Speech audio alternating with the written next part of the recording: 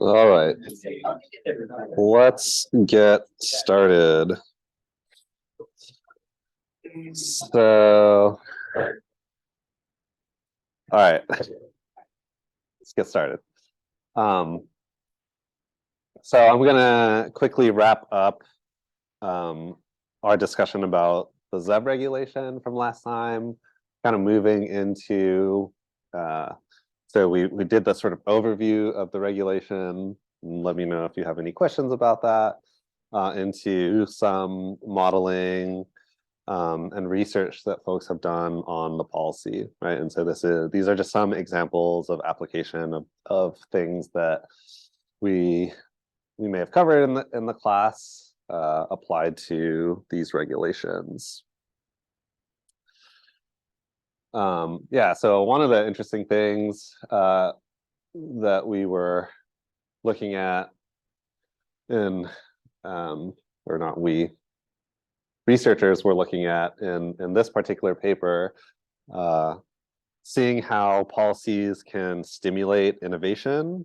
And we typically have talked about that in a more generic sense, where we look at sort of diffusion of innovation, right? And how your P and Q coefficients in like the mass model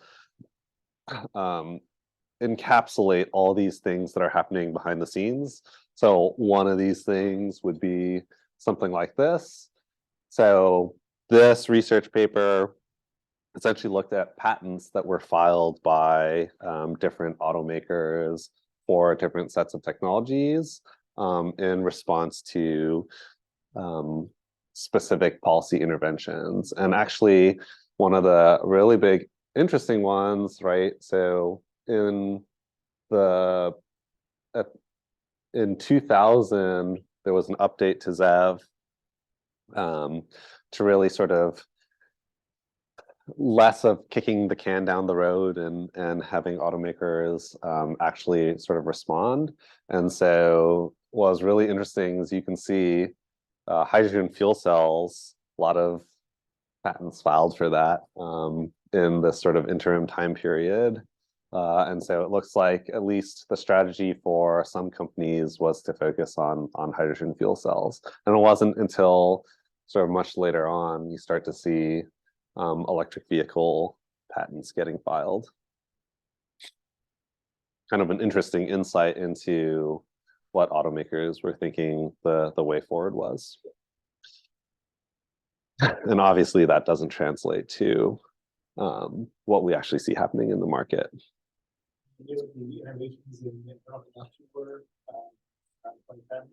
Yeah, so right here, you see a big pickup here. So this is almost certainly in response to the fuel efficiency standards. So CAFE, which is the federal level requirements for automakers to meet certain efficiency averages for the vehicles that they sell. So that had been stagnant for about 20 or so years, up until, anyone know what happened here in 2007? No, recession was 2008. Obama, yeah, so yeah, with the Obama administration coming in and pledging to do an update of the CAFE standards, and actually there was also California was passing some efficiency standards here as well. So lots of fuel efficiency innovation in that space. Yeah. I did in 2006 after the CAFE standard update. There's sort of a slight sharp decline in HFCV applications. Is it sort of like a bubble burst or? No, I don't know exactly. Yeah. Yeah, that's true. All of them kind of go down. Yeah, that's true. That's true. But if it's You've integrated it with like a Yeah, a little bit. Although I don't know with fuel cell vehicles, who knows?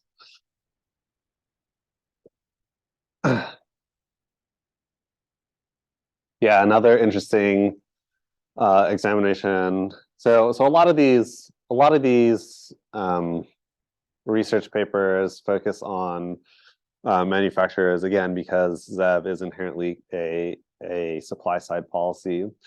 One of the interesting things is that essentially what this is telling us is when the regs were first getting designed and passed, you had a lot of pushback from automakers, right? So during times where there were opportunities for essentially feedback and commenting, there would be very strong pushback against the policy.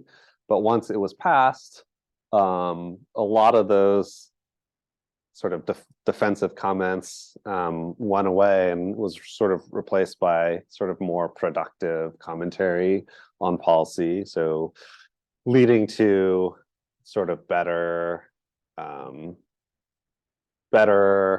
more proactive design comments as opposed to we shouldn't do this.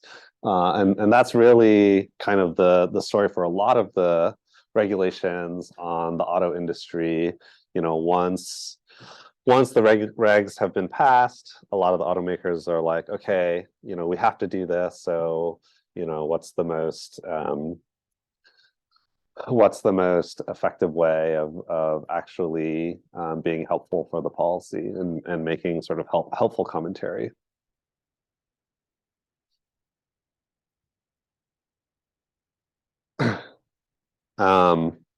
Last one I'll talk about.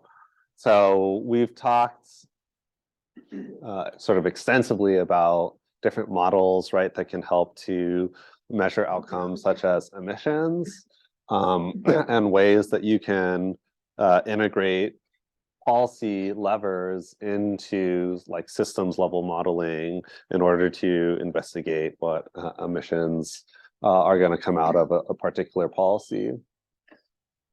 And so in this paper, the authors specifically were focused on examining the emissions outcomes of implementing the ZEV mandate in different states in the US, and what that would mean in terms of meeting specific targets. And you can actually see that the relative decrease in emissions is relatively small when you expand ZEV to other sets of states. I mean, you can see percentages of reductions. I will note that this is a little bit older, and so the sort of trajectory of adoptions is a lot less than even what we're seeing right now. But the whole idea is, right, so there are some of these studies that do try to incorporate specific policies into these sort of larger system models. Okay. Since a lot of these studies have come out, the ZEV regulation has been updated quite a few times. Yeah. One on the left. Well to wait. Well to wheels. Well to wheels. Yes. Uh-huh. Why does it go down in 2040? Is it just because the electricity mix will go down? Like, saying what's the effect?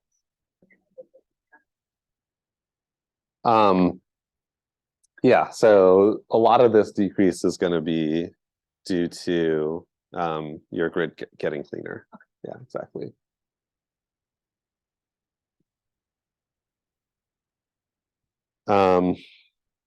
Okay, so since a lot of these studies have come out, the ZEV regulation has been updated a few times. So actually, does anyone know how the first year that ZEV was implemented?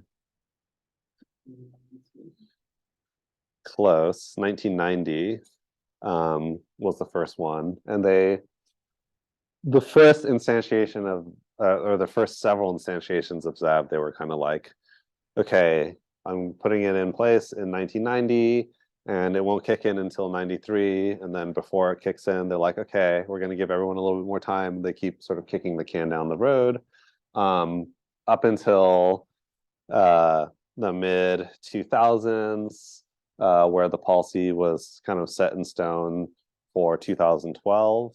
And since then has been sort of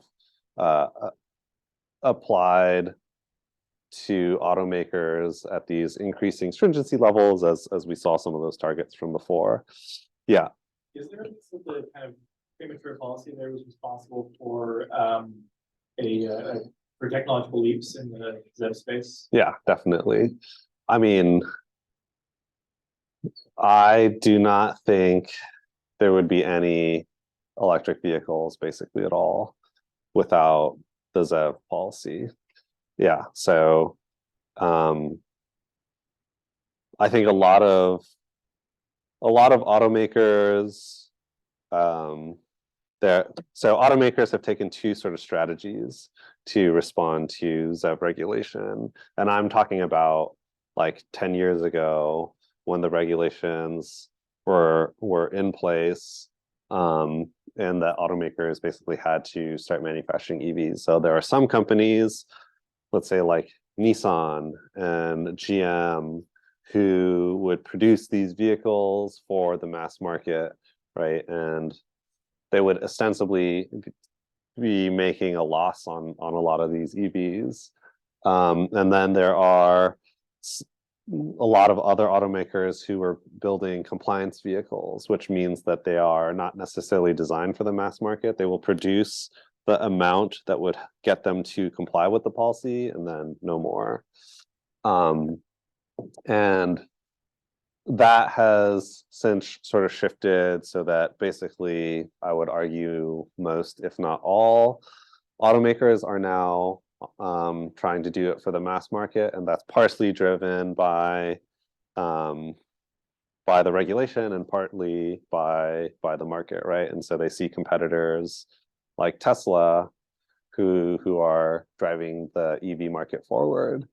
And as we mentioned before, like Tesla wouldn't exist without the CARB regulations, almost certainly. Yeah. What are the error bars for? So is this some kind of sensitivity analysis, or are these confidence intervals? Confidence intervals. Yeah. Well, these, you can see they encompass a distribution of results at every year. And then it's giving percentiles of those results there. So if they're overlapping, does that mean 2 consecutive years might not be any different? Well, so, right, it just means the mean of the distribution of results is here, the mean of the distribution of results is here. And then, right, the distribution covers that range of results. And so some percent of the time they may be the same, some percent of the time they will be different. The error bars are smaller earlier on, getting wider later. Is it common they're so uniform? It depends heavily on their particular approach and method and that they're taking and assumptions, right? So What's the reason behind the sort of flattening of the effect towards the end, and even an uptick maybe in some cases? yeah, so plateauing kind of makes sense. Like you get to basically you get to a point where your ability to innovate in that space might be sort of saturated. You could see an increase that I don't know exactly. I don't recall exactly from this paper, but it could be things like the vehicles are getting bigger, the batteries might be getting larger, and so you might have some uptick in these sort of average emissions. Okay. So the most recent set of updates was actually updates to ZEV which had been set to this last regulatory date for the previous instantiation of the regulation was in 2025. And so there were new guidelines to push that out to 2035. And so that has since passed as of the end of the summer last year. And that has led to a much more sort of stringent or large increase in the percentage requirements for ZEVs. And so 100% ZEV sales by 2035. Huh? New cars. Yes, sales. But you could do used, like you could have like used cars, so there can be used market for ICE vehicles. That can be- Yes, although you can imagine it that, can be very well, maybe, but you can also imagine that as we get closer to that date, there might be new and other policies coming out that will maybe try and reduce that. carve out for plug-in hybrids. Yes, which is included in ZEV. We'll see in a second. So we had this whole discussion last time about those like credits that get awarded, right? And so we had that stepwise thing, and then we had the straight line. And I think a couple of you guys asked, oh, why don't we just have, at a certain point, we should probably just have one credit per car. And so effectively, that is now what is happening. And if you remember, this will very suddenly make those requirements a lot harder to meet, because, right, Tesla's was getting 7 to 10 credits per car in the old one, and then they were probably getting 3 to 4 credits per car in the old one, and now everyone will be getting just 1 credit per car. And then for plug-in hybrids, there's this calculation, but essentially you're going to get less than a credit for plug-in hybrid, but you are allowed to do that as part of your compliance strategy. Through 2019, this is how many we sold, but since then we probably have more than doubled that. We are at 20% of our sales are EVs last year. And so how many cars, does anyone know how many cars California sells a year? About 1 million, right? And so 20% of that, so 200,000 just last year.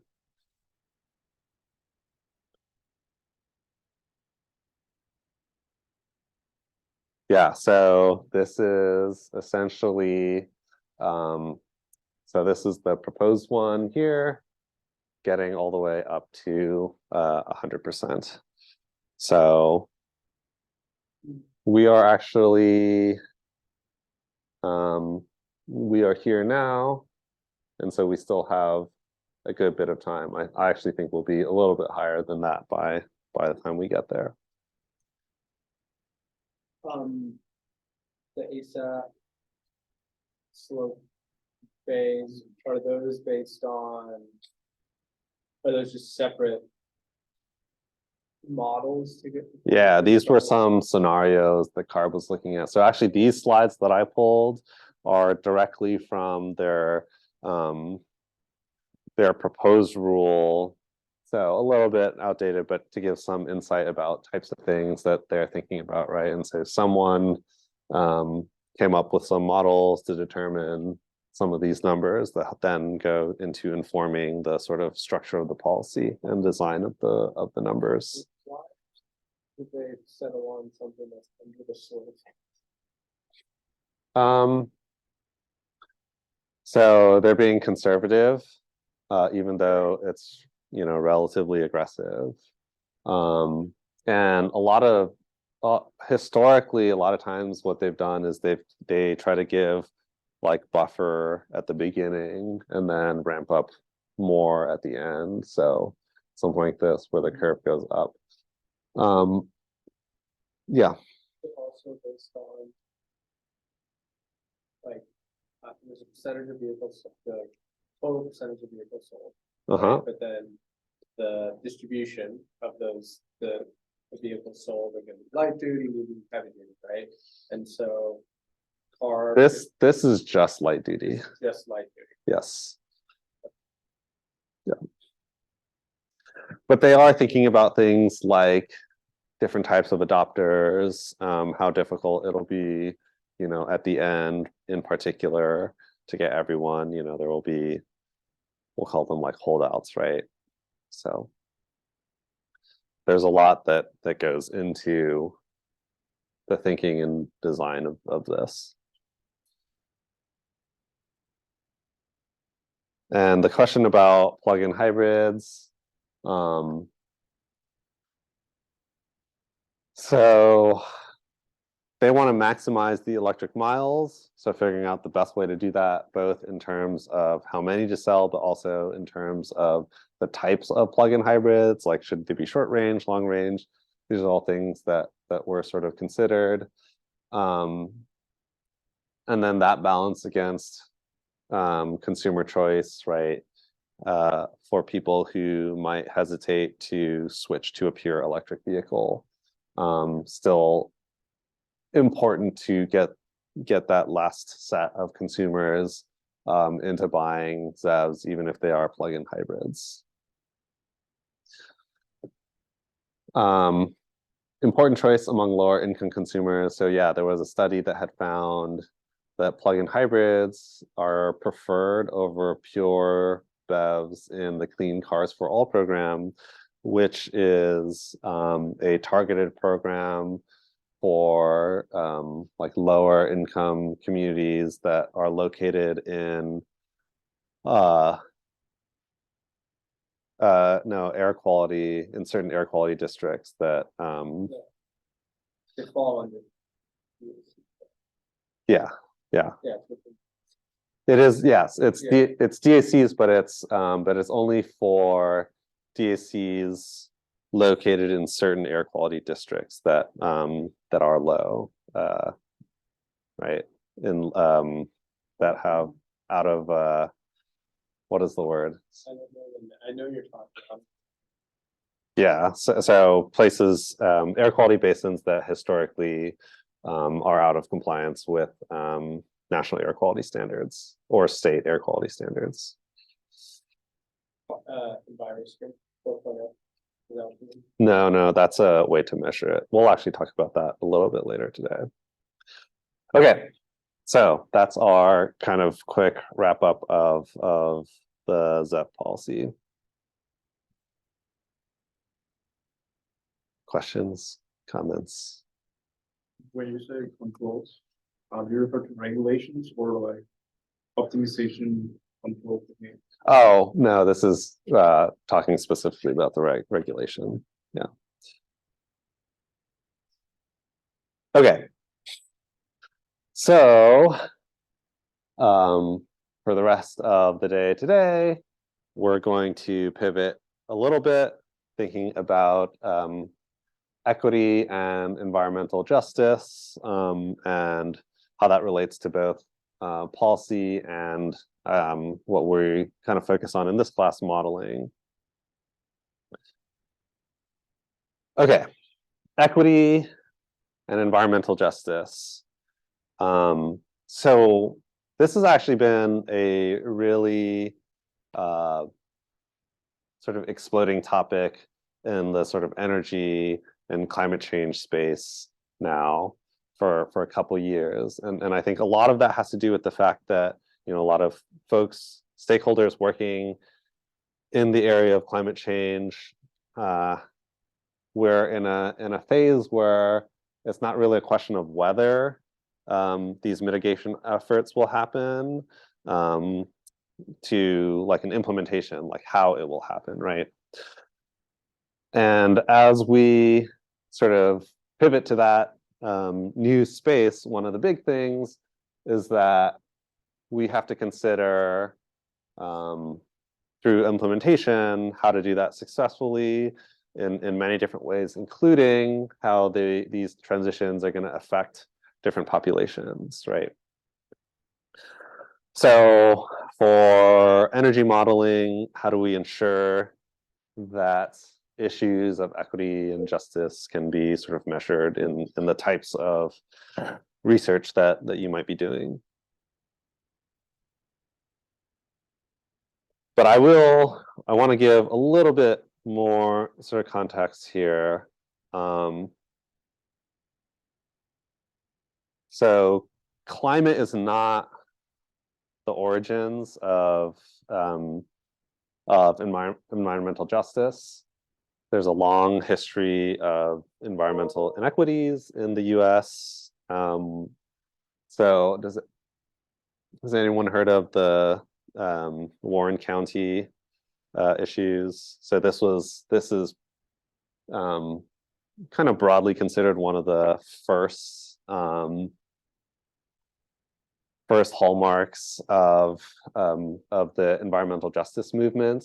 So this is essentially toxic waste in landfills in Warren County in North Carolina, and there was sort of a big movement against this that was kind of parallel and in sync with the sort of civil rights movement. And the reason for that, right, is that lower income, sort of disenfranchised communities are usually the ones that are affected. They don't have the same sort of resources as other types of communities to combat like sources of pollution. And so that has led to sort of very systematic injustices. And there are just a whole slew of other examples of this over the past couple decades, and that are sort of still happening.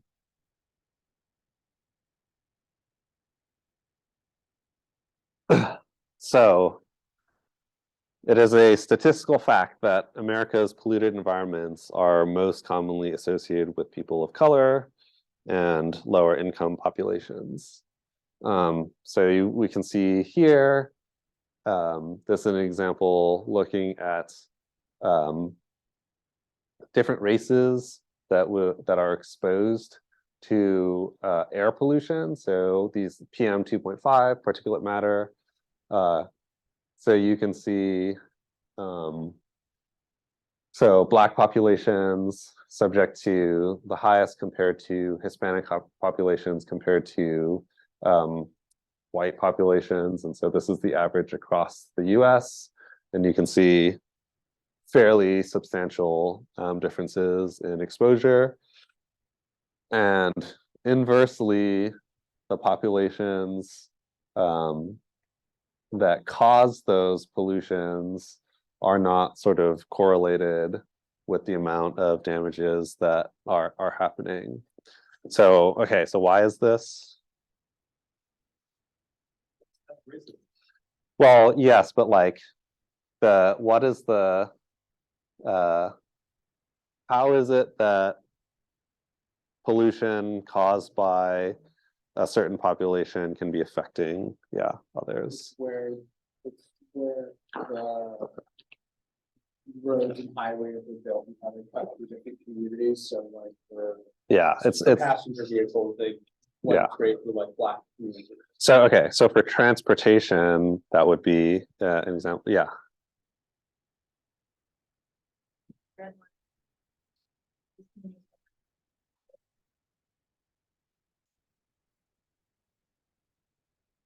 Yeah.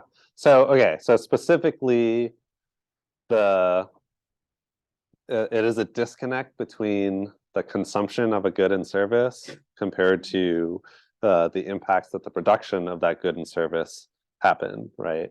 And so because of that disconnect, you can offset impacts, spatially, and that's the reason why you have these uncorrelated impacts. Yeah.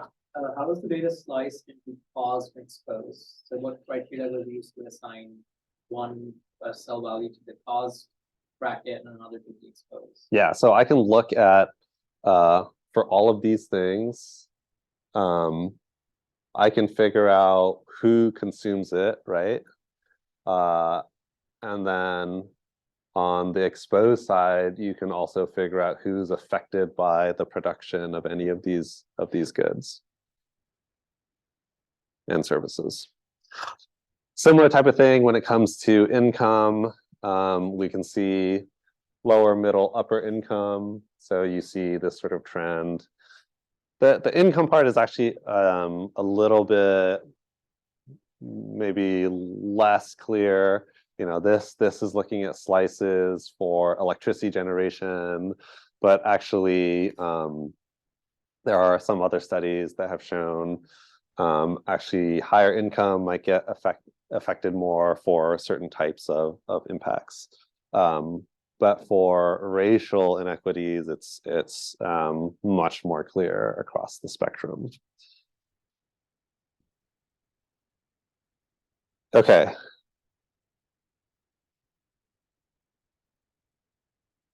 So hopefully you guys have all seen this before. So the difference between equality and equity, right? So I think this is like the classic example, right? So equality means we treat everybody the same. Equity makes sure that everyone kind of has the same sort of fair opportunities. Okay, so then let me ask, hypothetically, so how would this apply to like climate change efforts when we think about equity? Yeah. So I think one common topic in the energy transition that is first the idea of a just transition. That is, as you move away from fossil fuels to a cleaner energy source economy, there are jobs lost, and where are those jobs mostly concentrated, which regions, by which communities, and so the idea of loss of employment is a big concern. Okay, I want to hold off on that because we're going to talk about that distinction in just a sec. But did you have a comment? Yeah, I just want to say that we might have to invest more in some communities that were more affected by climate change and economics than others. So it can't be solution to just give X amount of money to each county or person or whatever. We have to be more specific, depending on who was more affected. Okay. Yes. So I just wanted to share, for example, of small island nations. Yep. Like they are really affected by sea level rise, or they do not generate emissions, basically. So yeah. Yep. I would say like there's not one solution for each community, and so it requires more work to determine what would best fit that community, because electric vehicles isn't a solution for every single community. Maybe it's some more bike lane, foot transportation or things like that. So it's like not just putting out one. Okay. Did you? So there are two ends to this. One of them is mitigation, and the other one is resilience. Yeah. Mitigation and spending should become the biggest emitters of carbon, and so resilience and how we come out of COVID from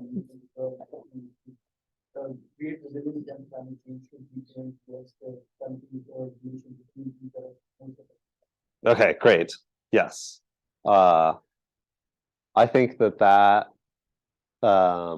example is probably the clearest when we're talking about equity and fairness. I think a lot of you guys are also touching on the next subject, which is, okay, so who can explain the difference between equity and justice? Yes.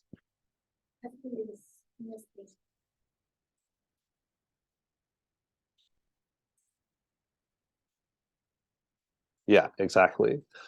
So equity, we're thinking about fair outcomes, but environmental justice is thinking about the history of systemic differences in populations. So you might actually be doing more than what you might consider to be strictly like an equitable outcome, right? Because we're thinking about these inequities that have been happening for such a long time. So sort of systemic differences really translating to like a long-term equity. And that's, I think, an important distinction to think about, right? So equity in many respects is easier to think about in the sense that if for example, I'm just doing like a modeling exercise, equity could be just making sure your outcomes out of a model are like properly apportioned across the populations. But much more complex would be to understand any of those like systemic differences, which are oftentimes a lot harder to just capture in like a traditional model, right? So that often requires like a much sort of bigger step in a certain direction. Okay.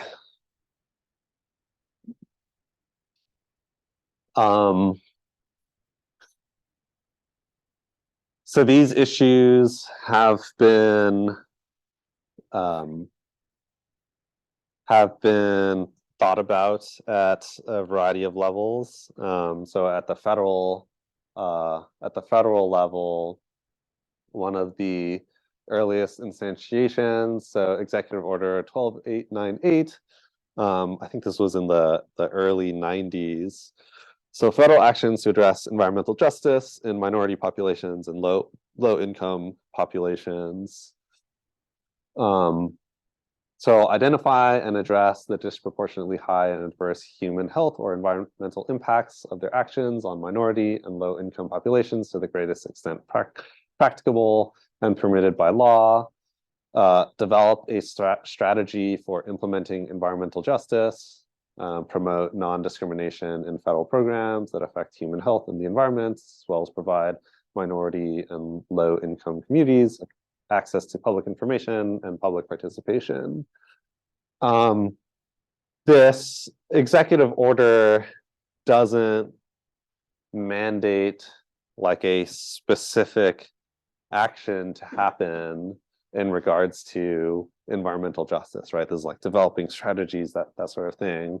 But these types of orders are actually really powerful in that they create a foundation across, across the government, particularly for like regulatory agencies, to integrate a lot of these things into any sort of regulation that they're making, or even regulation that already exists.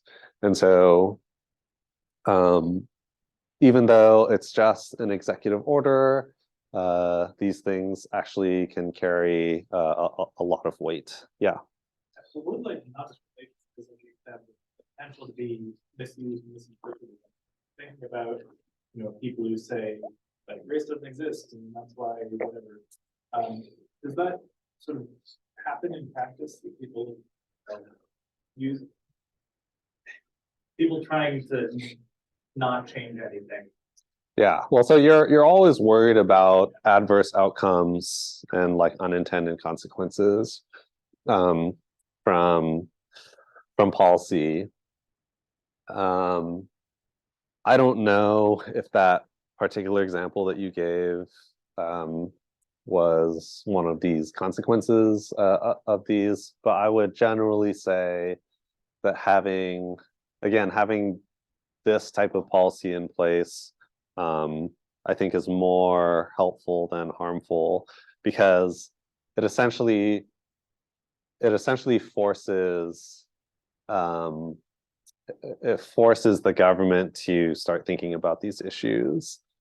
And if they are, let's say, adversely, I think a lot of times if it's against the spirit of what the executive order is trying to do, there are like protections for that. So what I can say almost certainly is that the White House provides this executive order, and there's a big sort of follow-on um, for the White House to provide additional guidance to approve or disapprove, certain things as it relates to this executive order. So let me put it a little bit more concretely. I'm thinking about actually sort of personal experiences that I've had with this executive order. But I can imagine that they provide this guidance, regulatory agencies start responding to it, they might take a regulation, and then if they do something adverse as it relates to this, as regulation kind of moves up the chain of command, the White House could come back and say, no, like, you guys are doing this wrong. You like redo this, right? So there are protections against things like that. And I'm not saying these are perfect by any stretch, but This is a follow on. How much maybe do you think policies like this are even from the Supreme Court? That they're saying they're getting rid of affirmative action. Yeah, good question. I don't know how much. I mean, I'm not a lawyer, so I don't keep track of a lot of that stuff to that level of detail. I'm not entirely sure how many of these things have been challenged in the judicial system, but if anyone knows, feel free to chime in. Yeah. Next question. So from the linkage between environmental justice and equity, is environmental justice and a pathway to equity? So from a modeling perspective, EJ is like an input or policy instrument, and equity is reflected in the outcomes. Is that how we hear? Kind of, but EJ can also be reflected in outcomes as well. What would be a good example? So, okay, so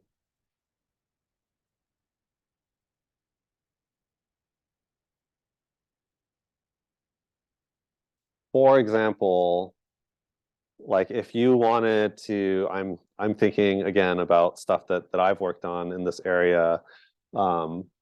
So National Electric Vehicle Infrastructure Program, you want to install chargers everywhere.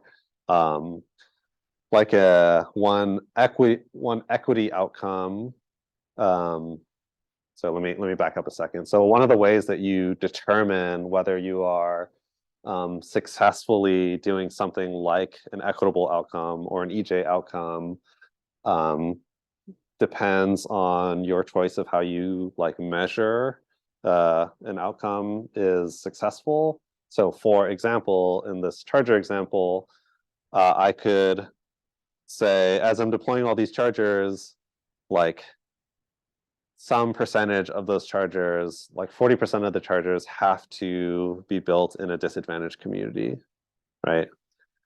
So that could be an example of an equitable outcome in the sense that, like, oh, I'm just making sure that everyone that there's a charger in specific locations. But then like a justice outcome might be a little bit more nuanced, where you say, well, certain populations may have less mobility or less access to those things, so let's make sure that chargers placed in a disadvantaged community are like within like a walking distance, for example, a certain walking distance to the right. And so yeah, it's a little nuanced, right, where you're thinking a little bit more deeply about systemic differences between populations. Whereas that first example of just putting them in the community is maybe a little bit in the justice domain, but I think that would be kind of more just thinking about equity. Yeah. And it's not always going to be so black and white. There have been a couple other policies. So CEQ by the White House issued some guidance in the late 1990s.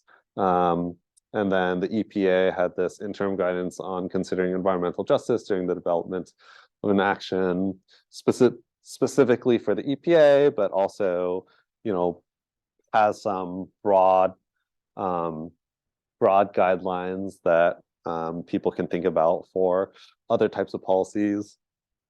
And then most recently, Executive Order 14008. Has anyone heard of this?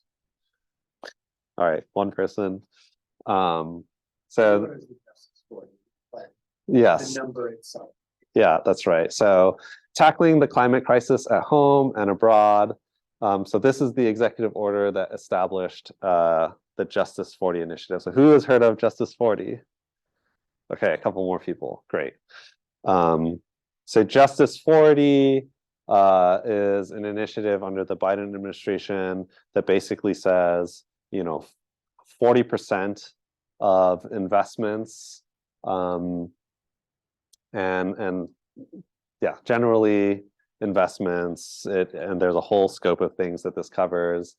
The benefits from those investments, 40% of the benefits has to be flowing to disadvantaged communities. Okay, and there have been a number of state and local actions in environmental justice as well.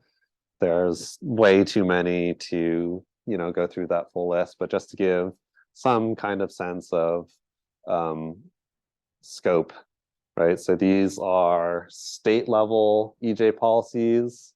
Gold is where things have been enacted.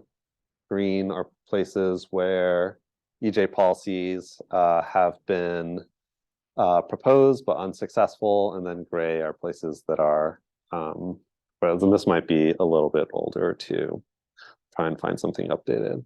And then there are a lot of local level actions and different types of policies enacted by cities as well. You can see in the map.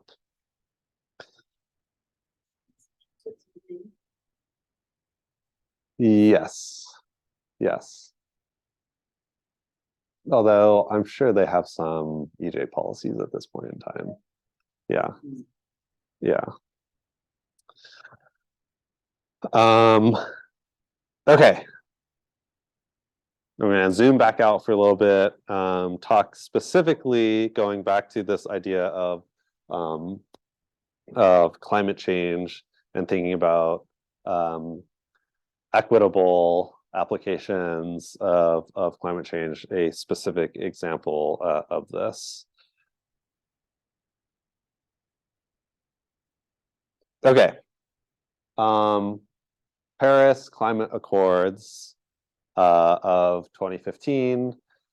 So the signatories, which are in the blue and dark blue, that's just EU, essentially,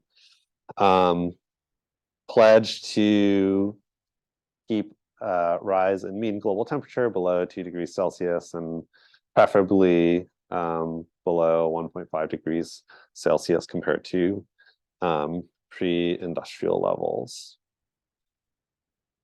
So you guys had talked about this a little bit, thinking both about mitigation and adaptation and how countries should contribute. So, all right, in your guys's, let's go into a little bit more detail here. So, how should countries decide how much to decrease their emissions? Decrease? Yes. Contribute to. Or contribute to decreasing their emissions. Yeah. So those countries, which are predominantly Western but Northern Hemisphere. So have historically developed emissions. yeah. For the remediation or like the mitigation of future emissions to those countries who have not been responsible for it and their efforts. So generally speaking, countries in these. Yeah. Yes, you want to say The something? dominant idea is the polluter pays principle. Like again, who's been historically responsible for the stock emissions should pay to now undo some of the damage and reverse it. Yeah. But I think in reality, it's become about polluter pays first principle that a lot of developing countries are saying, yes, we'll pay or we'll stick to these targets, but way down the road. Yeah, exactly. And so both of you guys are pointing out an important aspect of this, right? Which is if I look at how countries are contributing to emissions globally, so this is 2019 emissions, I think. You can see the sort of breakdown of countries contributing to global emissions. But as you guys rightly point out, the effects of greenhouse gas emissions are cumulative, and there's actually a really quite a substantial big difference between what they have historically emitted versus what is currently being emitted. Yeah, USA. I don't know if that's like a great chant right now. Yes. So the US has contributed a quarter of total emissions since the 1700s, right? Whereas, today it would only be sort of a smaller portion. Yes. In China, a lot of their emissions come from producing things that are then consumed in other industries. Yes. Like per person emissions in China are far lower than per person in the US. Okay. So what would an economist say about that?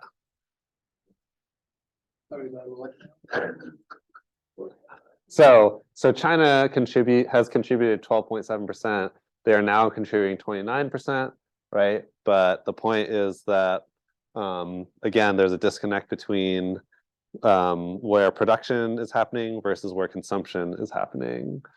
So you're thinking about we got to deal with this in an even more nuanced way.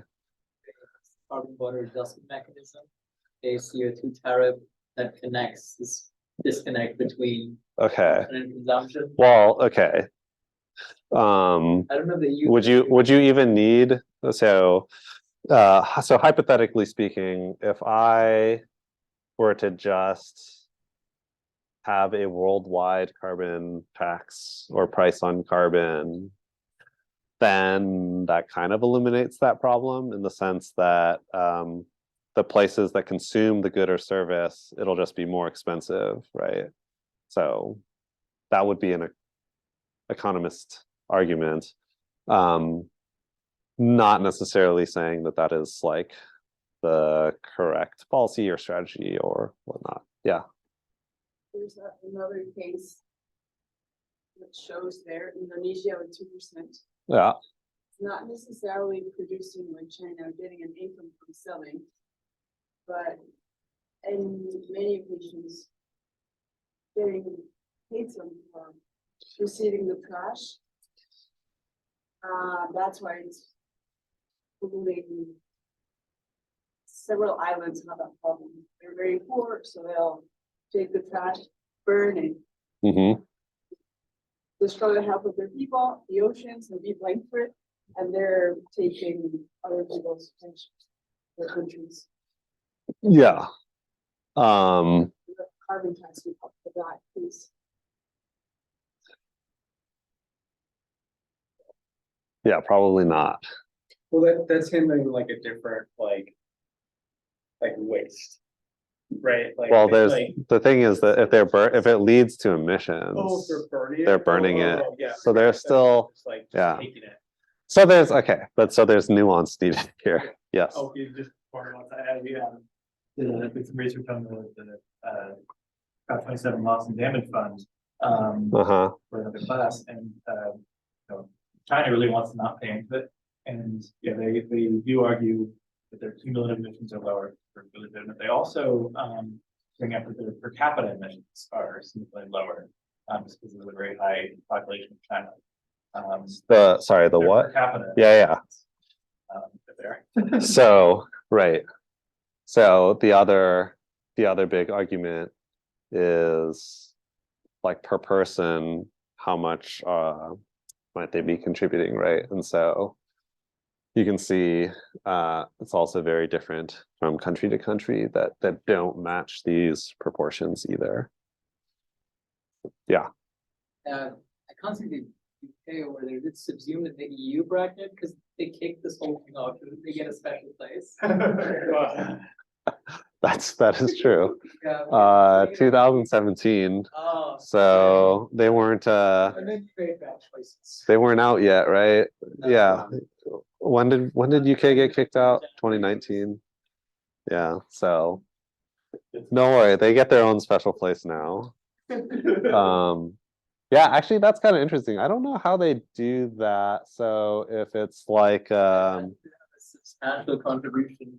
but like if it's cumulative emissions, although let's be real. So the big set of emissions didn't happen until the Industrial Revolution. So that's like late 1800s. I don't know what the British Empire looked like then, but that's kind of an interesting thought experiment. The 1800s. The late 1800s, still pretty big. Yeah. So I don't know. I would assume that all gets attributed to the UK, but yeah, not sure.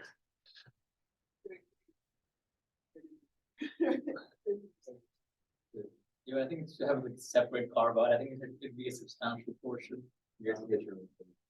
Yeah, yeah. I don't know how they do that, like, because with all sorts of countries that were colonized, right, by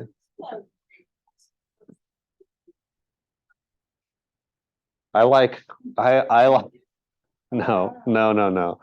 I like cropped out a lot of the sources to like fit them into the slide, and I realized that's probably like no, actually I can uncrop them.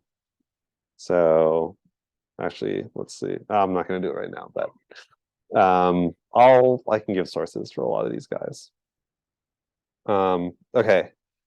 So this idea and actually so we do know, right, that this was one of the more contentious areas of the climate accords, thinking about like who should contribute what to emissions reductions in the future to fight and mitigate climate change, and also for climate adaptation, right? You know, different countries are going to try and argue for different things in kind of their sort of best self-interest. But this has also been looked at from academics as well. So there's a couple really nice papers about this. So this one, I do have a citation. So if you want to read that paper. So this is a Nature Climate Change paper looking at sort of what countries agreed to. So in these plots, we have a bunch of different countries: India, EU, no, EU is not a country, but region, US and China. And what you see on the plot is this dot here. NDC is nationally defined contribution. That's essentially what they pledged to as a country. So that part of it is independent from the agreement itself, which just says that you will do something, and then the NDC is like what the country individually has pledged themselves to do. So, by the year 2040, India wants to be here. Okay. So what this particular paper did was to investigate what the trajectory of emissions would be if they were contributing based on different sort of factors here. So there's 5 scenarios. There's the cap, which is they are going to contribute based on their like maximum capability of technology and economy. EPC, which is they will contribute so that they're trying to be converging towards being equal in emissions per capita. GDR is mitigation, focusing on countries with the highest GDP per capita and high historical per capita emissions. So combining those and then proportionately sort of getting to targets based off of forcing countries that have historically high emissions to contribute more. It's very similar to this one. And then the last one, constant emissions ratio, is the sort of least stringent. That is essentially what you would do if everyone held the same sort of ratio of emissions today. So everyone kind of decreases percentage-wise the same. So CER, which is orange, is kind of like the worst one that you could be doing. So in the plots here, you can see there's solid lines and then there are shaded areas. The solid lines represent a 1.5 degree decrease, and then the shaded areas represent the uncertainty around a 2 degree increase. So what you can see is that in a lot of places, so like in the US and the EU, their nationally defined contribution here is on the orange line, right? In some cases, India is a little bit unique because a lot of the per capita stuff heavily skews the lines as the per capita emissions kind of like rapidly increases. And so if we were just to go by the orange line, which is what they emit now, since they're so low per capita, that actually ends up like the inverse of some of these other ones. But basically, the less than ideal thing that you're seeing from all of these plots is that the NDC is basically at the top, is at the worst scenario for basically all of them, right? For any 1.5 degree Celsius target. And you can see how big of a difference it makes if we think about contributing in a more equitable basis, whether you're doing by capability or equal per capita or this GDR or CPC.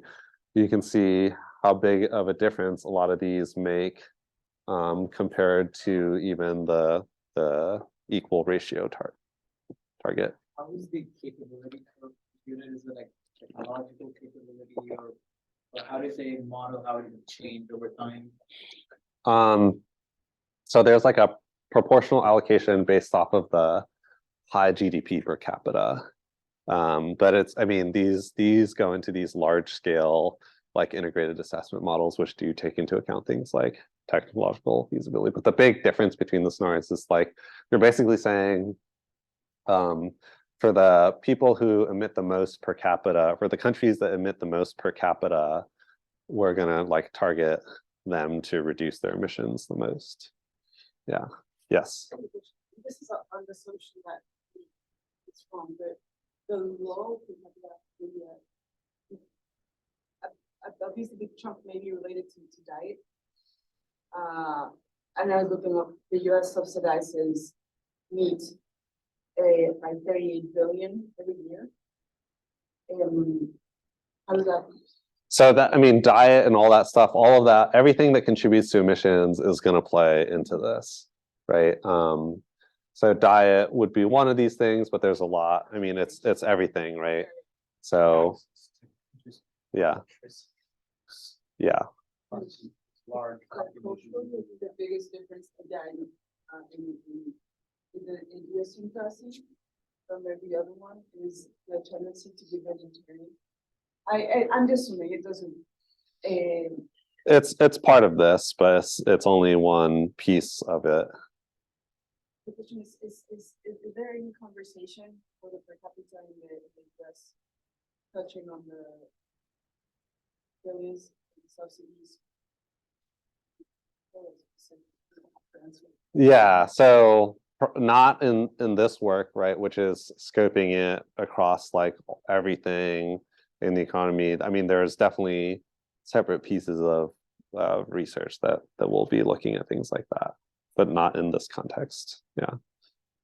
What do you think about China and India's heavy fossil fuel use from the point of view of global electric?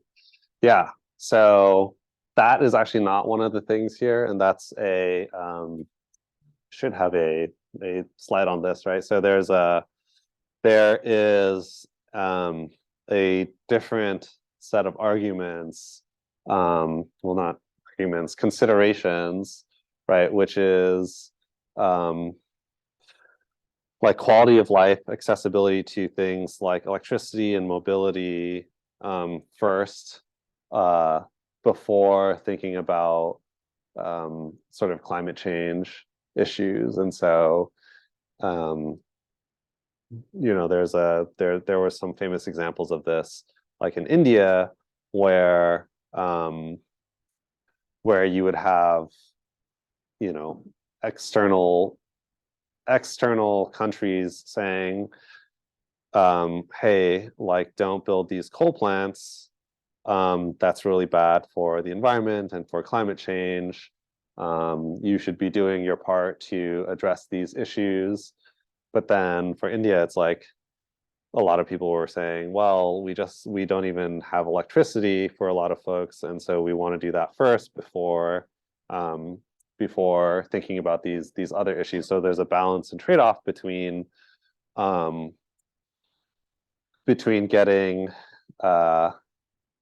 sort of what you might argue like fundamental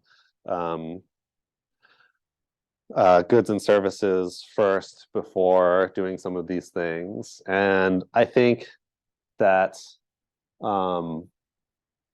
you know, part of the transition is navigating that balance, but also there is a lot of work that is going into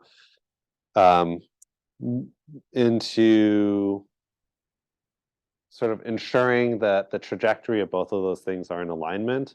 So like if I can get, you know, solar and wind cheap enough where it's competing with coal, we don't need to have that issue in the first place. And so, you know, it is both thinking about that balance, but then trying to pace your transition in a way where you can get the best of both worlds. Yeah, hang on, yes. I'm a little bit surprised by how far some of these lines go into the negatives. Does it refer to like very big carbon capture and storage systems, or like for example the green line of the European Union, -20% and then 5 million of 2050.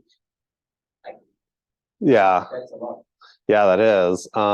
So I assume that's going to be a combination of carbon capture, but also land use management that will reduce emissions. Not exactly sure what goes into those scenarios. Yeah.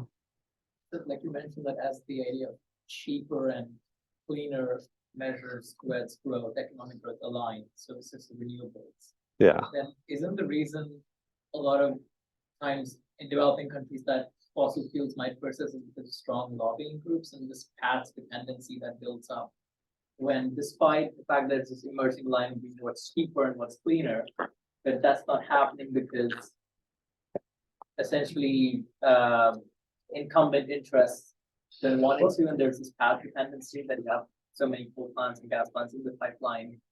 You don't want to.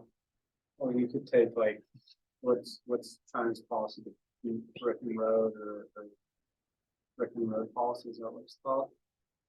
Some basically it's like they're gonna go, we're gonna, hey, they're come to a developing country. They say, hey, we're gonna build you a natural gas pipeline. We'll pay for it all. You don't pay us a dime. But in exchange, you're gonna give us access to some oil that you have. And they're like, great, awesome, sounds good, right? Like, I mean, like, yeah, it's like a lobby, but it's also like, if someone's gonna pay me, we're gonna do it for free. Of course I'm gonna do it. It's the same like argument for India is like, we need to get people electricity like first. So we're gonna do the thing that gets electricity first, as opposed to like another like, Yeah. are we gonna make it complicated for ourselves initially? Like, well, I can't afford to do that, so. So, yeah. So decision to get on any one of these pathways, there's a lot of complexities that, that you're talking about, political considerations and that sort of thing. But to back up a little bit, right? So thinking about this from a modeling perspective, I think the main point here is that we think about how to maybe sort of generate these numbers, but then the modeling, the part that's informing the scenarios, right, is this integration of justice and equity. So I think this is just a sort of nice example of injecting that thought process into, an applied research piece. And so, yeah, that's really what we want to sort of focus on here. Is thinking about the injection of these ideas into the types of models and research that you might be doing.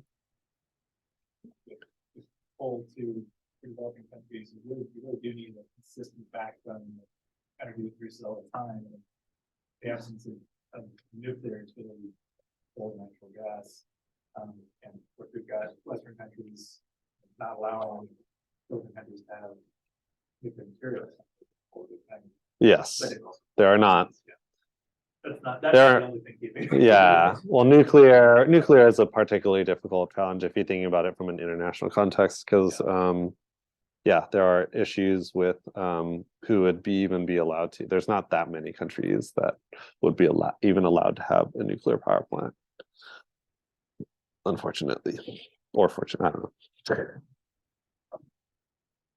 So research in this area spans many topics. This was a little survey of some like 600, 700 policies just in California, thinking about where EJ content has sort of focused on. So environmental justice isn't just about emissions, right? There are whole sets of inequities outside of like air quality and health. These ones are going to be closely related, that go into EJ content. And so we're gonna think a little bit about the nuances of these things as it pertains to like the role of research in equity and EJ.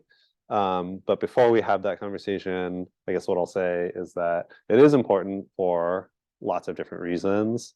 But as you have EJ policies getting developed, right? You want to make sure the design and formation of the policy is good. You want to make sure the policy could be efficient, and that you want to reduce things like unintended consequences. And so these are all, minor roles that research and modeling can help with in the context of environmental justice. Yeah. Circulation. What are we talking about? Oh, I have no idea. I thought there was something about traffic. It might be like congestion. Yeah, possibly. I totally missed that. I can put the paper that this is associated with later. Okay. So you guys help me out here. this was an example. This was the model diagram for the times model. So like where, so just as a quick refresher, right? This looks at our energy system across multiple sectors. It figures out, you know, how much transportation, residential, industrial, and service end use there is, or energy demand, and it figures out how that's getting supplied by different technologies and different, you know, power production. So like in this framework, like how and where does equity and EJ show up? Or how would you, yeah, how would you figure that out? How would you modify this? Or is it already able to do that in some way? Yeah. I still think from like a net job generation perspective. that Okay. As we transition over that timeline from fossil fuels to clean electricity or even across all sectors, Okay. sort of constrained, saying that the net job loss should be below this, or at least, or maybe the net job creation should be this as a constraint. Okay. So let's say, I think one example is the model you gave with the homework, where when you're sliding down the whole megawatts in the natural gas, another sort of component takes into account job creation and losses. Okay. So let me try and put that more concretely. So probably as this distribution of these things change and these things change and technologies change, maybe you can have an arrow going out of each of these denoting like labor. Okay, so then, okay, but like make that connection. So there's an arrow out of each of out of a bunch of boxes that say labor. So now I know I might have like a baseline scenario, and then I might have a different policy scenario that's leading to different amounts of labor coming out of these. So where equity EJ, how am I getting there? What's the next I'd say step? the net job loss or the net labor force loss essentially Okay. should be either So below a certain threshold or at okay, so policy X, so you have your baseline, you have X number of jobs, then I apply a new policy, and now I have Y number of jobs. So now I have Y minus X, and I have Z number of jobs. Where's the equity or EJ? So I'd say actually figure in that if that Y minus X or Z number is below a certain threshold, above a certain threshold, or setting it at a desirable threshold. So I'm thinking more in perspective of that when you're transitioning, at least let's say building down or phasing out coal and gas and building more renewables. Yeah, okay. So you got to be careful here, okay? Because I think what you're implying is that like more jobs is better, right? If Z is positive, then we're good to go. But let's say we have a future with lots of electric vehicles, and the net job creation, let's say you had 200,000 people building gas cars before, and now you have 300,000 people because now you have people who are constructing batteries too, in addition to, you know, all that stuff. But let's say all the people building batteries are highly educated college people, whereas all the people who are building engines, this is a totally hypothetical, right? All the people who are building engines come from lower income, disadvantaged communities. Your net jobs is positive, but your distribution of impacts is different, right? So I think when you're thinking about equity and environmental justice, you have to get more nuanced about who is getting affected by particular outcomes. Yes. A real world example of that is like auto body service. Yeah. Like there are small businesses that exist in pretty much every community that when there's EVs, those go away. And there's a spillover effect from that. Yeah. In this, though, like where power generation, you have to insert like a spatial element. Where are these? Yeah. Yes, exactly. So maybe instead of that net subcreation number, you could have mobility as an aspect, where how many people that moved from one sector, how many people successfully moved or transitioned as the economy transitioned from oil and gas, fossil fuel intensive sectors to cleaner sectors. Mhm. Well, that might work. You could also get a problem where it's like, okay, with ICE vehicles, it takes 500,000 people to make it. Well, we've just figured out how to make EVs like much more efficiently. And now it only takes 10,000 robots. So that would then say it's like, oh, the EVs are bad because there's not the same number of people. It would not say EVs are less, it would indict it on the EJ criteria, so in terms of towards people, you could have an underlying. But that is one specific Of the band labor of sector. EJ, like elements, like that is a very small component of it. Cause like, okay, you say, Is an EJ part within this? yeah, but it's, You build up to it. but then there's studies that then say it doesn't take that many EVs on the road to improve the air quality outcomes in a given area, right? So then it's like, then you're like, okay, now we're back up, like it is. I mean, yeah, there are trade-offs that I'd say the job thing is the net mobility with labor between sectors is one part of the EJ argument. Okay, there's, Yeah, you wanted to say Yes. something. when we create more, we're using more resources. So infrastructure will be built in places where land is cheaper, where usually people with less income live. So they're burdened with that. Even if it's in the oil wage or so. So I think it should go from resources and who lives there. Jobs are great, there's usually males, for instance. And then there's, AJ is gonna, they should go into every space. Like EVs, if you buy a new EV, you get this huge discount, you can buy new cars. People that already have money. Yeah, so I was arguing. Incentives for used cars, it's another way, and also in who gets access to better quality of like air, who live in the homes, people who may not even speak English. All these conditions that really make them disadvantaged that have to go into, as I was saying, the demographics, the areas and historical, redlining lost their houses because of the building of highways. And that can be inserted in the model, for sure, in the beginning and in the end and in the middle. Yeah, You could say like jobs comes out, so it's a demand side, and it's like how much purchasing. I totally agree. It needs to be just infused in every module here. Energy service demands needs to have a spatial component. Who are those demands? Who are those demands being?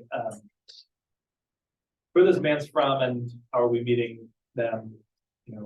There needs to be spatial pollution, which is CO2 emissions from basically every sector here. It really just needs to be kind of EJ inclusion across the Yeah. entire field. I mean, yeah, that's exactly right. So the point of this exercise is to start getting you guys thinking about the ways that you infuse these concepts into this sort of modeling, right? And so as it pertains to equity, you cannot get equitable outcomes without differentiating differences amongst populations, right? So if you're looking at populations as a whole, you are not addressing equity. And environmental justice, even further than that, is that if you are not looking at historical contexts for any particular outcome, you are not addressing environmental justice. So there are additional steps that have to get injected into these processes if you are interested in these issues. Yeah. We have an example model that did that and successfully balanced all these trade-offs. Yeah, we're going to look at a couple. Yeah. So this is actually a really nice paper. It's a commentary piece that came out, I think a week and a half ago, or maybe even last week. So it's very impressive. So these authors right here,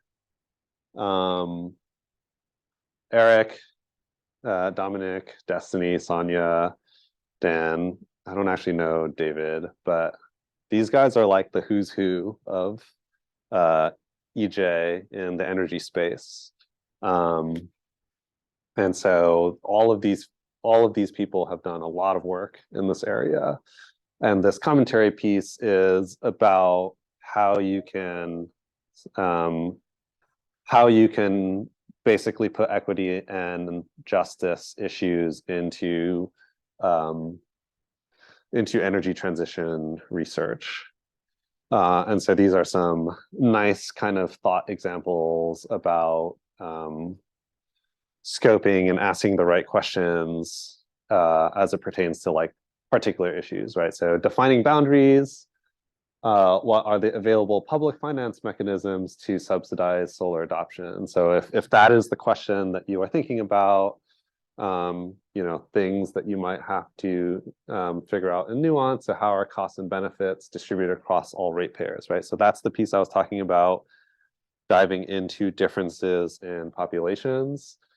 And then metrics. So this is another piece that I'll hit on. So this is how you actually measure whether or not and how good you are achieving an equitable outcome or a just outcome. So how can evidence of disparities, right, that you're identifying here, inform how we structure solar incentives? So similar types of questions in different contexts, right? Renewable energy siting, can municipal taxes be leveraged to attenuate any burdens imposed by the project? Again, so how can global and site-dependent benefits be accounted for and negotiated, diving into discrepancies amongst people who are affected, right? And so if you want involvement, so what can be considered meaningful involvement of the hosting community? And we'll talk about community engagement a little bit in just a bit. And then the last one, energy poverty alleviation. What role can housing and food security policies play to help attenuate energy insecurities? So how can we conceptualize sufficient or basic energy services needed for well-being? This is implying that you are identifying populations where you have sufficiency versus populations that don't have sufficiency, right? And then so who gets counted as energy poor across different sets of indicators? So components of your initial question, figuring out the discrepancies in impact of whatever it is that you're investigating, and then how you measure it. So that's kind of my basic framework. I was looking through the literature for people who have developed a good framework for this, and it doesn't really appear like there is a good one. So this might be an interesting research project if someone wants to what's the word, systematize, develop an actual framework, because I just kind of made this up. Yeah, The paper is it?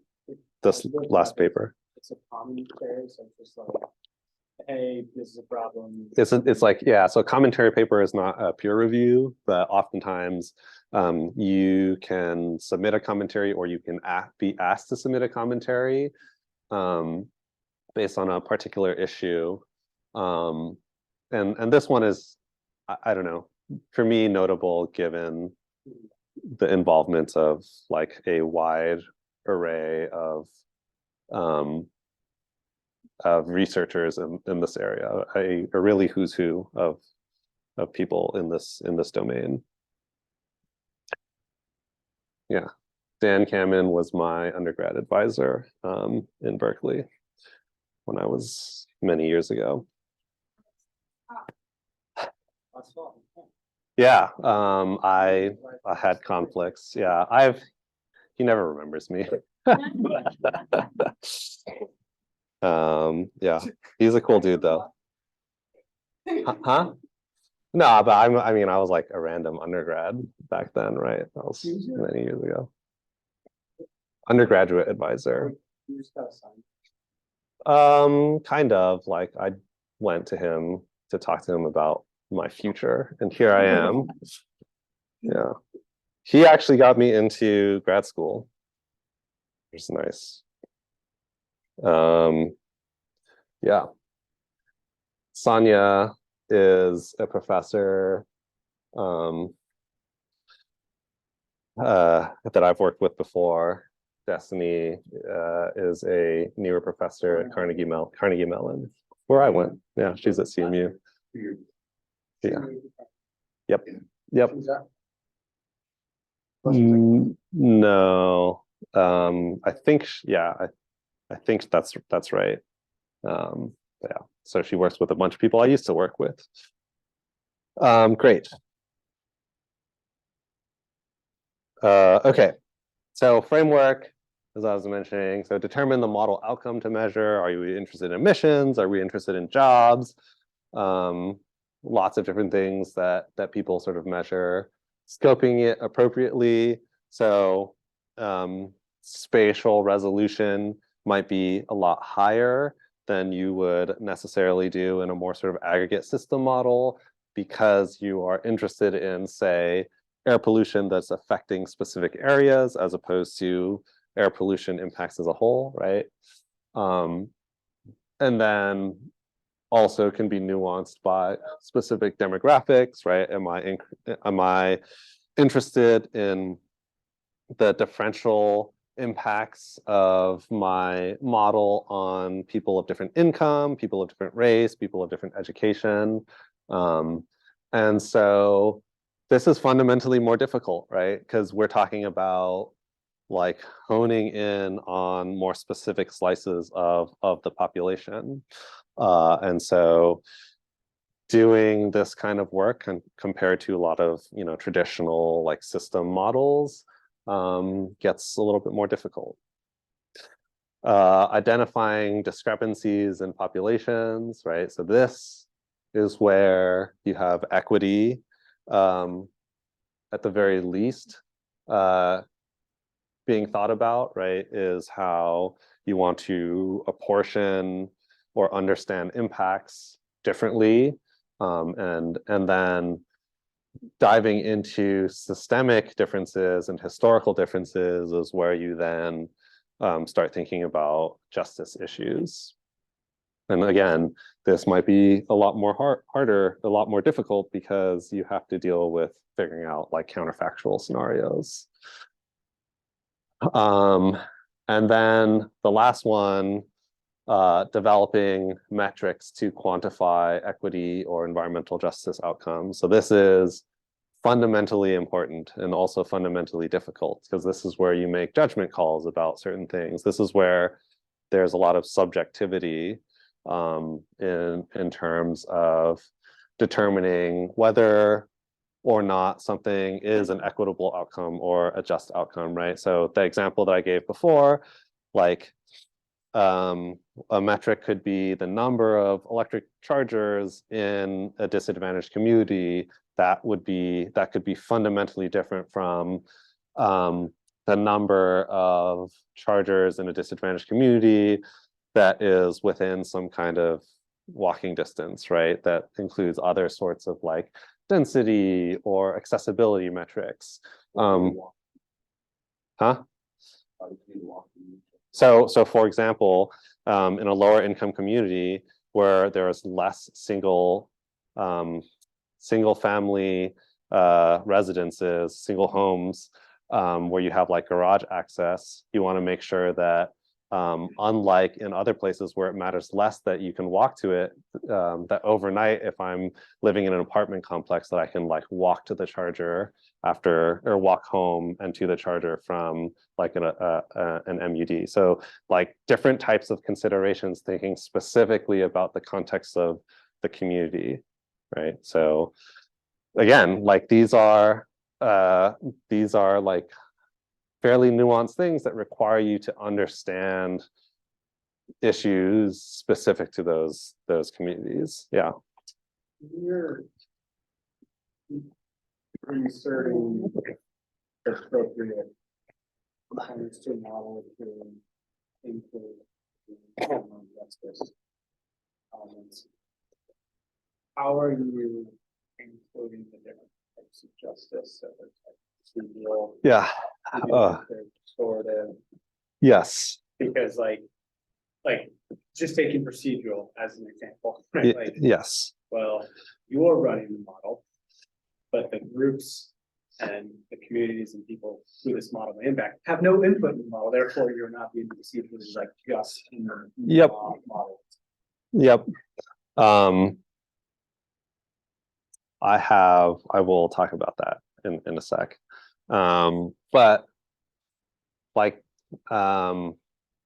different aspects of justice some of those things can be injected into this process, but things like what you're talking about are not contained in this framework, but that are important aspects of doing this type of work. And some of those I will touch on in just a second. Okay, so examples of modeling studies. So this one was looking at solar uptake in California. So they're using the Cal Enviroscreen, which is a tool that you'd mentioned earlier. Essentially, Cal Enviroscreen is a tool developed by regulatory agencies in California that, wait, was it by regulatory agencies in California? Yeah, CARB, right? Oh. Yeah, CARB. I was blanking on which one it was. Yeah. Yes, it is right. Yes. So CARB, and it helps. It is a tool that helps determine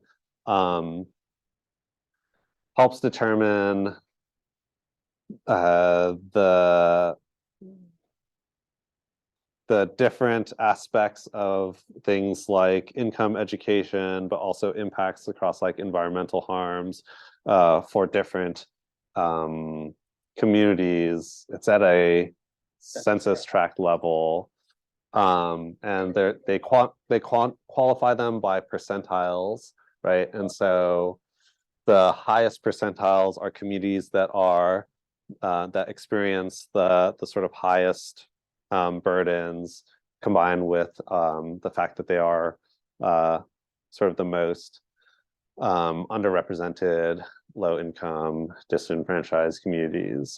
So you can generally think of it in this way. And you can see that even though there is kind of an equal opportunity to adopt these technologies, clearly, right, so this bar graph here shows that your more disadvantaged communities are uptaking that technology the least compared to your sort of most wealthy, well-off communities.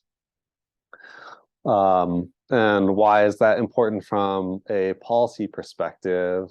When you think about the connection between the benefits offered by something like residential solar systems as it pertains to issues related to power generation, right? Like asthma, cardiovascular disease, low birth weight, particulate, and somewhat related, but not directly, sort of traffic density.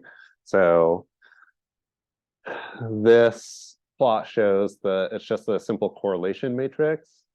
So inversely correlated with asthma outcomes, cardiovascular disease, birth rate, ozone is correlated, but that's not really doing direct health impacts. Not that correlated with particulate matter, and inversely correlated with traffic. And so with respect to the types of benefits that could be coming out of this, they are not going in sort of the right places. So that just speaks to potential sort of policy nuance that you'd want to develop as an outcome of the research that is being produced here, right? Or at least to think about these things.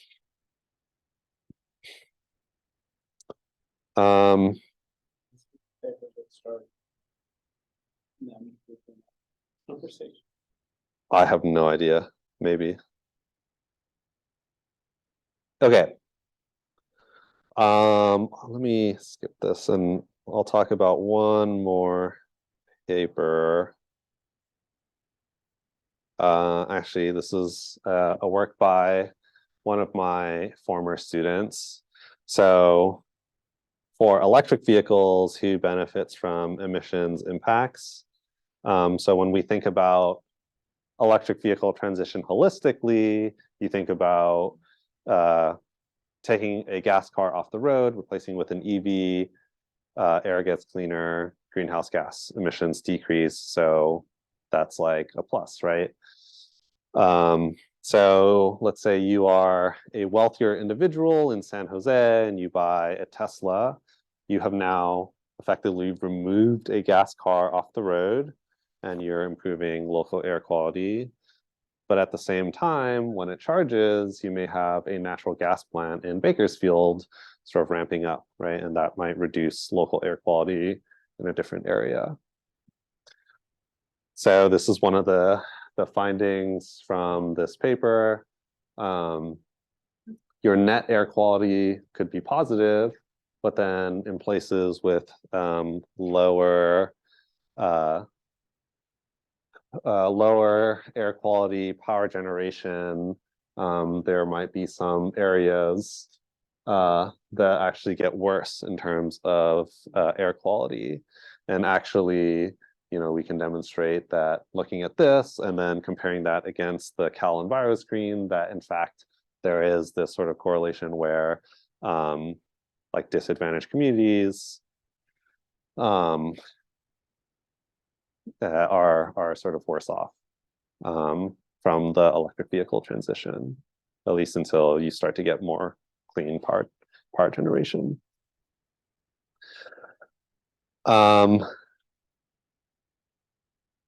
Okay, so the last thing that I'll say is going back to the comment earlier about sort of procedural justice. Oh, yes. Benefits are the intense red. Yes. No. Benefits, blue is good, red is bad. Yeah, so negative benefits. Yeah. How do they monetize air quality into dollars? Yeah. So did we talked about this at some point, right? So Like SOx, NOx price? no. So this is based off of translation of air quality to monetized health impacts. So this is monetized mortality and morbidity based on like value of statistical life.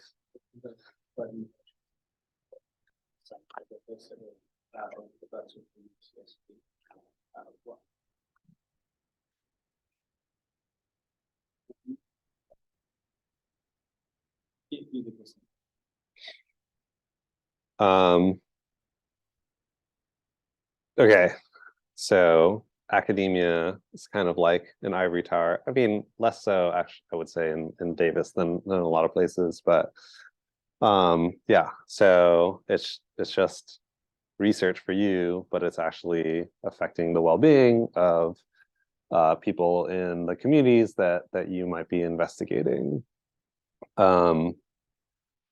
So we've talked about how models can be all models are wrong, but some models are useful. And in particular, in this context, it is very difficult to think about all of the complexities that are affecting communities. And I can certainly tell you that that if you're not talking to people in these communities, you have no chance of getting all of these elements correct. And to some degree, you know, that can be okay in the sense that, like, if you are in some sort of dialogue based off of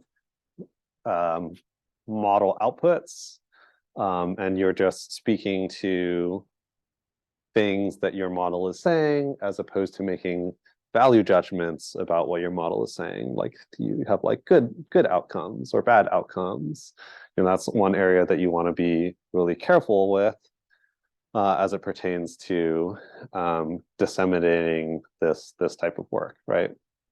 And on the other hand, doing activities like community engagement with stakeholders, it can be a really good way to help bridge the gap between understanding those complexities. Yeah.